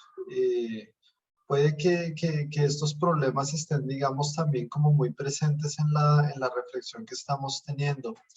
Entonces, no sé, me gustaría saber cuáles son como sus impresiones del video, qué les llama la atención sobre el discurso, como qué reflexión les provoca, y particularmente qué los hace pensar como sobre lo que estamos diciendo de la parresía, y de una figura como la de Sócrates. ¿Qué piensan? ¿Qué vieron allí?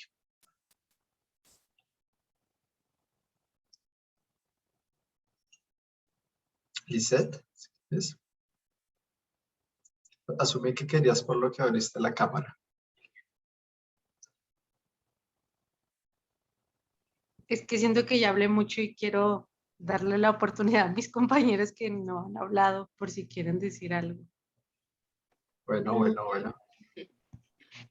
A mí me llamó mucho la atención de que dice que América les había firmado un pagaré donde dice que todos los hombres, tanto blancos como negros, iban a tener derecho a la vida, a la libertad y a la búsqueda de la felicidad, pero que ese pagaré nada más se lo dieron a las personas blancas y no a las personas de piel negra, y que eso era pues una injusticia. Y si lo relacionamos con Sócrates, pues también es como la persona, pienso yo, que tiene miedo aparte de lo desconocido, a lo que no le conviene, o sea, a lo que no trae beneficios a uno mismo. Entonces, con Sócrates, como vieron que no les estaba dando como muchos beneficios, pues quisieron como quitarlo. Y lo mismo pues con las personas de color. Bueno, muchas gracias, Karen. Recojamos entonces algunas intervenciones y comentamos. ¿Qué piensan los demás?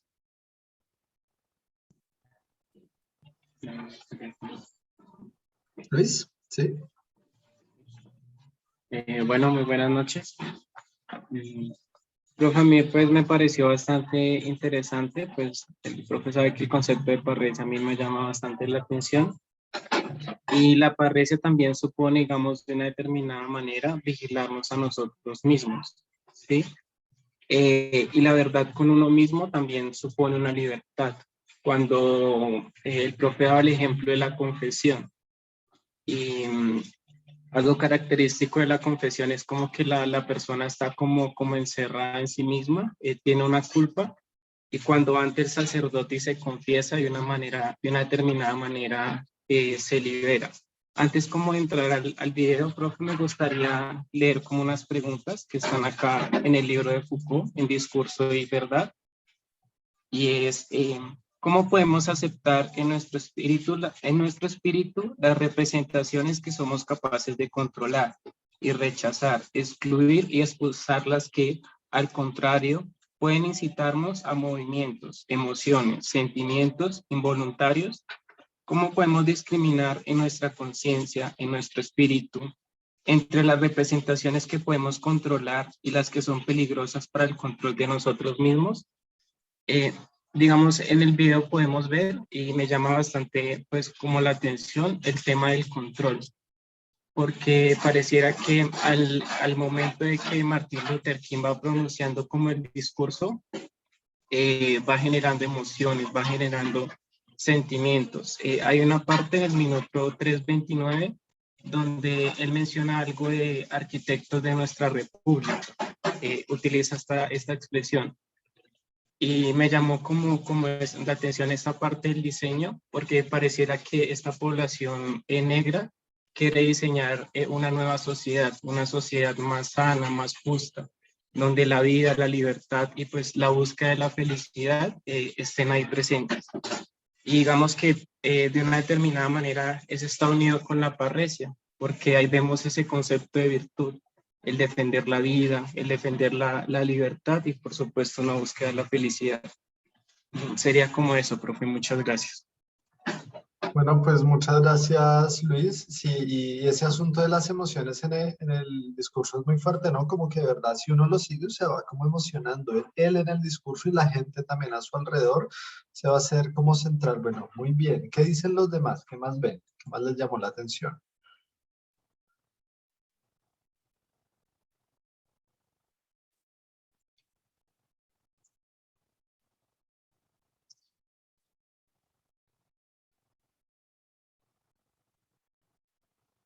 ¿Qué dice Betty? ¿Cómo te fue? Ok, pues sí, es un video algo fuerte, bueno, en la cuestión en la que pues sí ha tenido mucho ruido el mensaje de Martin Luther. Entonces el hecho de que cómo estuvo luchando por los derechos de las personas de color, y que, digo, sí tuvo un impacto porque pues sí ha mejorado muchísimo las leyes en ese aspecto, aunque todavía sigue, pero haciéndolo referencia a Sócrates o a todo esto de los conceptos que estuvimos viendo, creo que tiene mucho que ver en esto de la parresía. ¿Sí se lo pronuncia bien? Sí. De esto de decir la verdad, bueno, yo lo interpreto como decir la verdad, pero decir la verdad desde el alma, de como,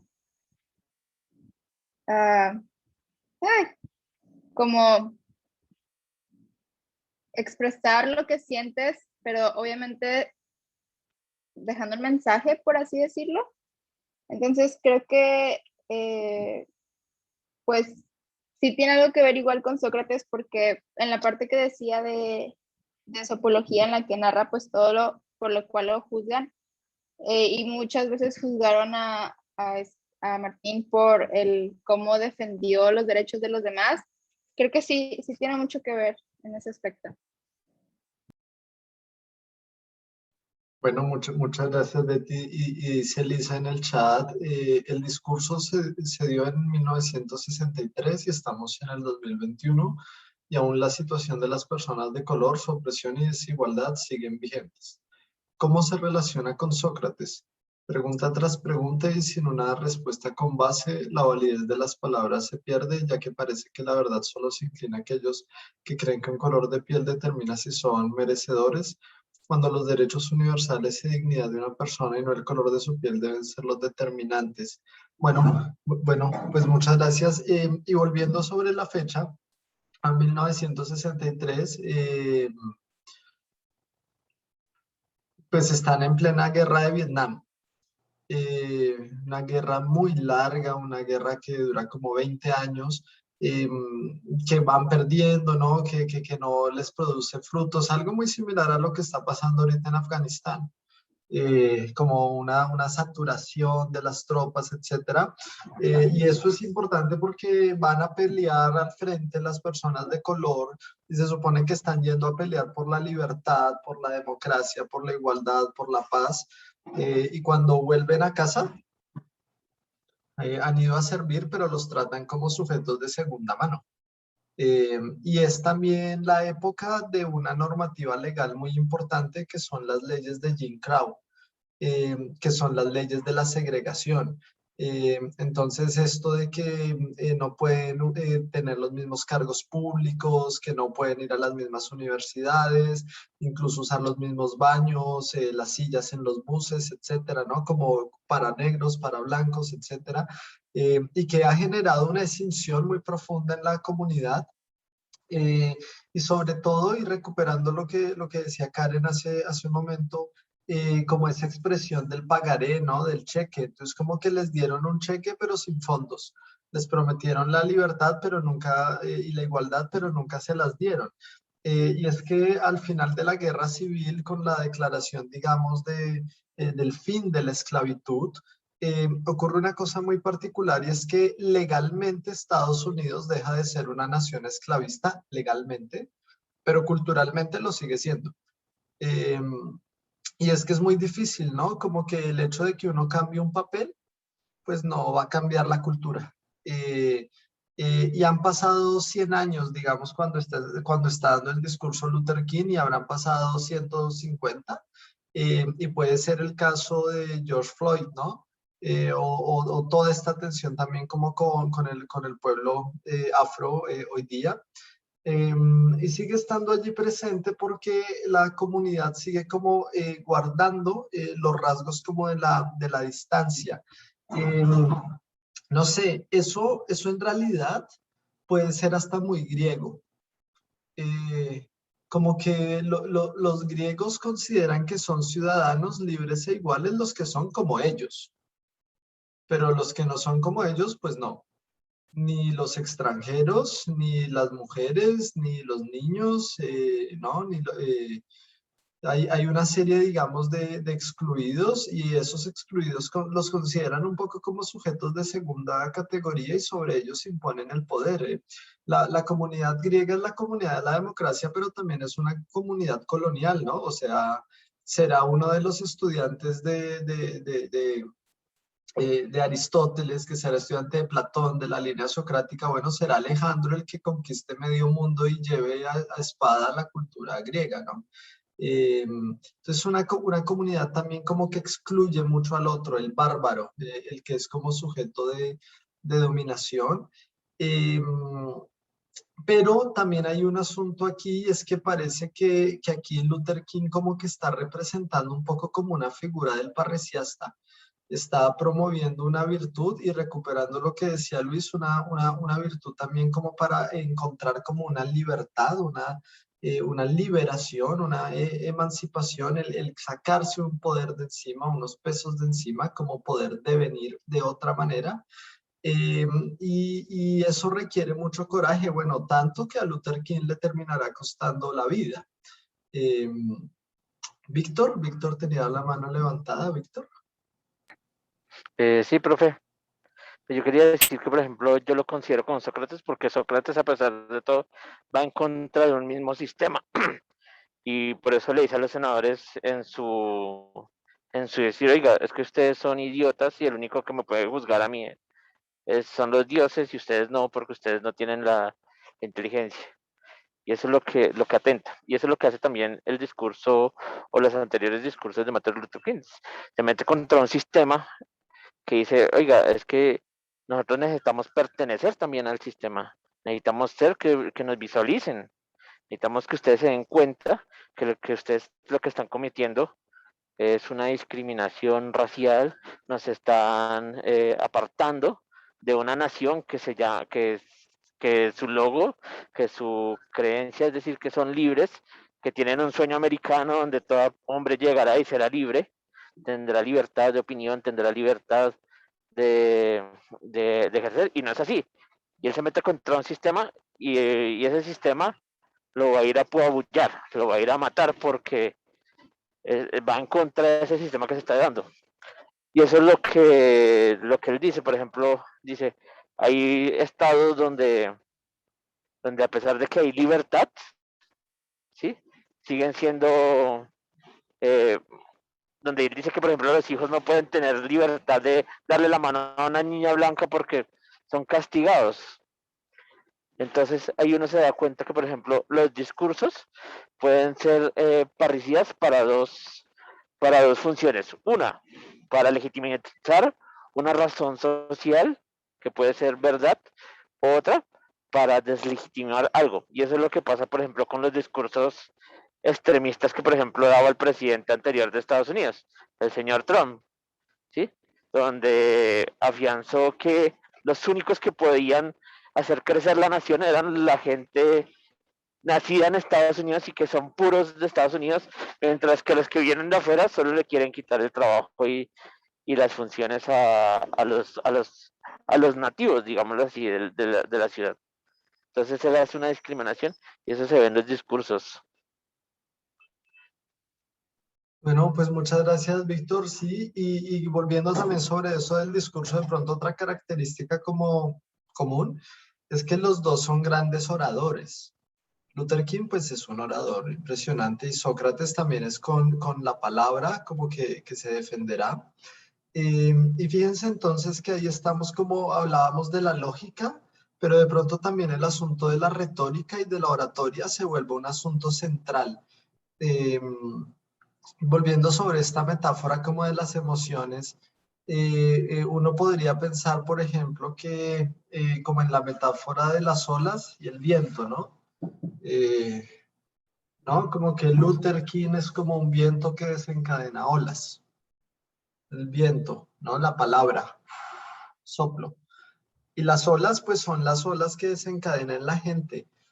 Cuando Luther King está hablando, va desencadenando unos movimientos y lo hace, digamos, con una gran habilidad retórica.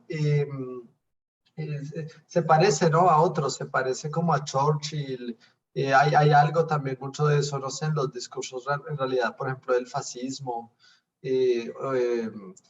una figura como Gaitán, no sé, no, hay como ese tipo de elementos. Y de pronto también el otro asunto es que no quiere dejar de lado las emociones. A veces en el pensamiento griego, en la lógica, como que busques el razonamiento adecuado y la emoción no quiere tener un lugar. Incluso en la apología, Sócrates dice como no, yo no me voy a dejar llevar por mis emociones, ni me voy a poner a llorar y a decirles que me salven. No, no, me mantengo como en mi posición. Em, em, y por el contrario, como que aquí lo que estamos viendo es la manera en que las emociones toman como un rol central en el ámbito de lo político, la manera en que toman como un rol central en los movimientos de la historia. Y creo que es muy importante cada vez ir comprendiéndolo, digamos, de esa manera más integral. Un poco como para ir generando una suerte, digamos, de resumen de esta discusión inicial y volver aquí sobre estos elementos que ponía. Lo que diría es, bueno, tratemos de seguir indagando en esta frontera, en esta relación, como la manera en que se nutre el discurso de la enseñanza con el de la psicología, con el de la filosofía. Y vayámonos un poco con la idea de que hemos pensado el encuentro con el otro, el diálogo, las preguntas como una manera, digamos, de ir avanzando en la búsqueda del saber, en la búsqueda del conocimiento, pero un proceso con el otro que debe estar mediado como por una serie de virtudes, como el coraje, como la prudencia, como la justicia, y que van configurando una práctica, el de decirnos verdad. Es muy importante que nosotros nos preguntemos si nosotros contamos con un parresiasta. ¿Tienen ustedes alguien que les diga verdad, aunque esa verdad sea difícil, pero que les ayude a conocerse mejor? Eh, eso es importante, ¿no? A veces es un amigo, a veces puede ser un familiar, la pareja, no sé, etcétera. Pero como que esa figura es importante porque en el proceso de autoconocimiento, como que uno siempre se puede engañar, se puede como mentir, y es importante que haya como una instancia de contrastación, ¿no? El reflejo que me permite justamente reflexionar de mejor manera. Entonces es como un asunto de un espejo honesto, y pensar que uno tiene que entrar en el juego de la parresía, ¿no? Porque puede que alguien me diga verdad y yo no quiero entrar en ese juego. Y como no quiero entrar en ese juego, lo ataco, lo rechazo. A Platón por andar de parresiasta diciéndole verdad, lo terminan esclavizando, ¿no? Esa historia del viaje de Platón por las islas. A Sócrates lo terminan pues finalmente condenando a muerte. O sea, todas esas son instancias que no entran en el juego de la parresía.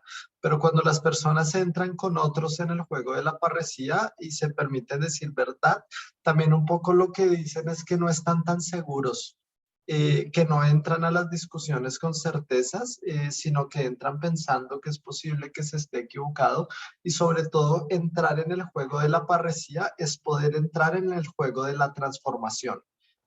Si uno no está dispuesto a escuchar la opinión divergente, no cambia. Pero si uno está dispuesto como a que le digan verdad, puede modificar, digamos, muchas cosas y emprender procesos como transformadores.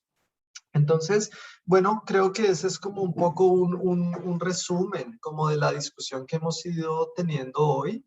Y me gustaría como para todos situarnos, compartirles aquí en el programa.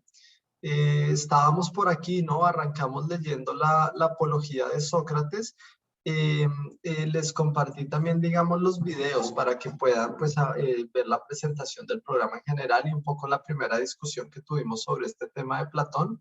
Pero para nuestra siguiente sesión, para el próximo viernes, la idea es que podamos leer Kant.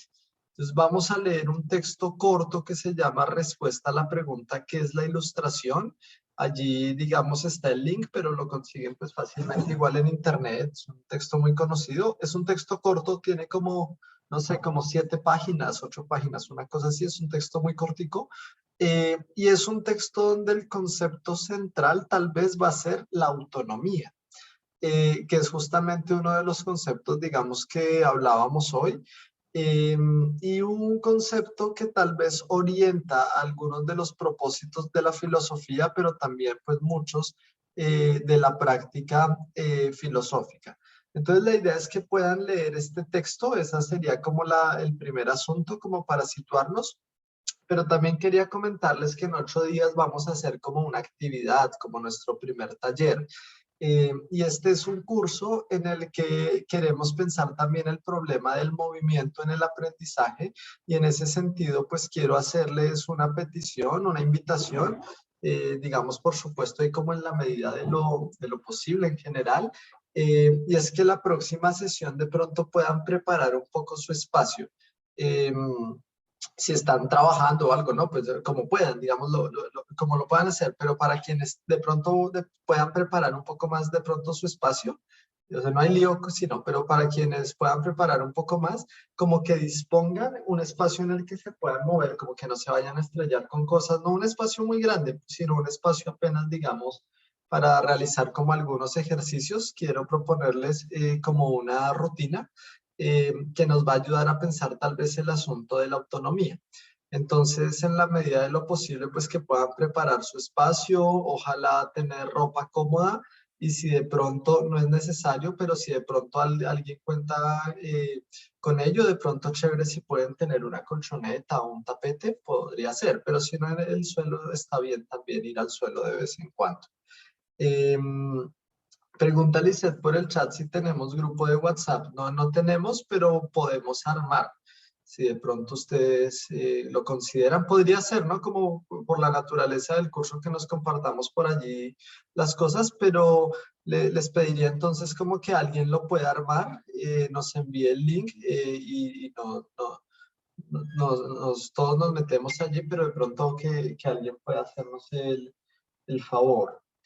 Y bueno, esa va a ser como nuestra primera actividad, va a ser como nuestro primer taller. Y creo que allí vamos a entender también mejor varias de las cosas que están apareciendo aquí con Luther King. Creo que este es un discurso que va a ser es como una excusa. Quiero convertirlo en un primer núcleo problemático, y en ese sentido pues ver cómo la práctica del diálogo con el otro, del decirle verdad al otro, se puede ir complejizando, digamos, de tal manera que se convierte en un elemento, digamos, central de la política, y que puede desencadenar transformaciones. Entonces, pues bueno, creo que es algo que vamos a seguir como desarrollando. Creo que Lizeth va a armar el grupo, ¿cierto? Entiendo por el chat.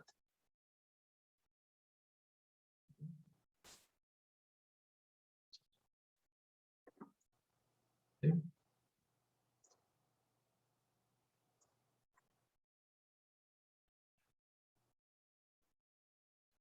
Ah, sí, es que no sé, Lizeth, si creo que no es que te demos el número, no sé si tú lo puedes como abrir y nos das ese link y entramos, o cómo lo hacemos.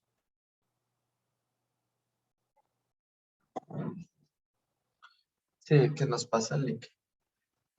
Listo. Bueno, pues muy bien. Me gustaría saber si tienen de pronto algún comentario final, alguna reflexión final, tal vez como algo con lo que se quedan de la sesión, alguna temática. Podamos recoger un par de comentarios finales como de cierre, como escuchar sus conclusiones. Y bueno, cerraríamos allí por hoy. En general, pues las sesiones dicen que son de 6 a 9, pero generalmente pues vamos a terminar un poco antes, por nuestra salud mental, física, porque 3 horas es una barbaridad. Eh, entonces, bueno, no sé, cuéntenme si de pronto alguien quiere comentar algo más en particular o alguna pregunta, ¿cómo lo ven?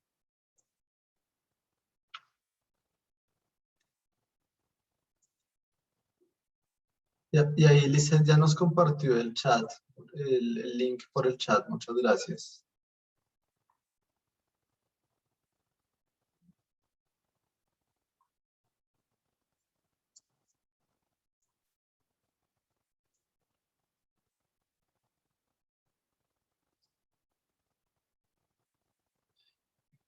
Miriam escribió que se había desconectado un segundito, pero luego volvió. Bueno, no sé, de pronto si tal vez, Miriam, quieras comentarnos cómo lo ves, qué reflexión tal vez te queda, qué conclusión, cómo te llevas.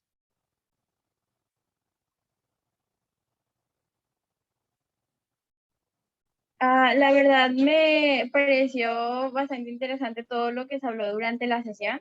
En especial me gustó mucho el concepto de parresía y que hace referencia al decir veras.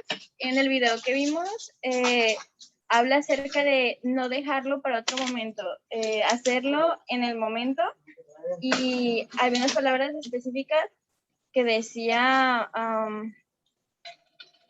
la verdad no lo recuerdo exactamente, pero hablaba de eso, no dejarlo para después, sino que era el momento ahora. Ya me acordé, decía que no lo dejáramos en la gradualidad, sino que el momento era justo ahí para exigir los derechos que se necesitaban para las personas de color en ese instante pues de la historia.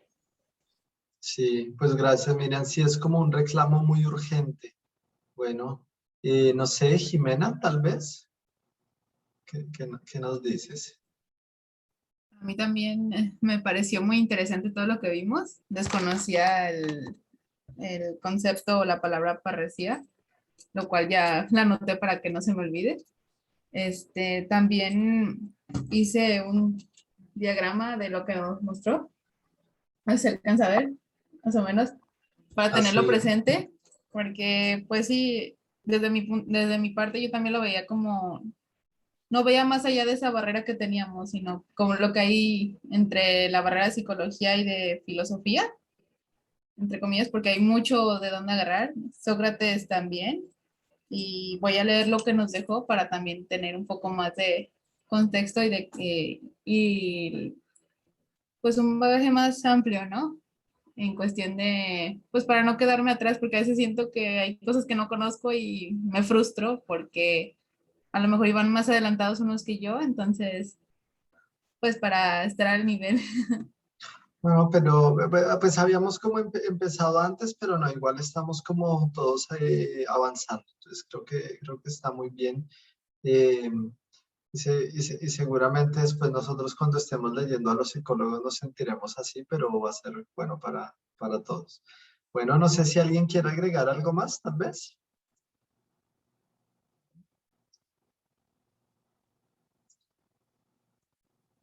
¿Seth?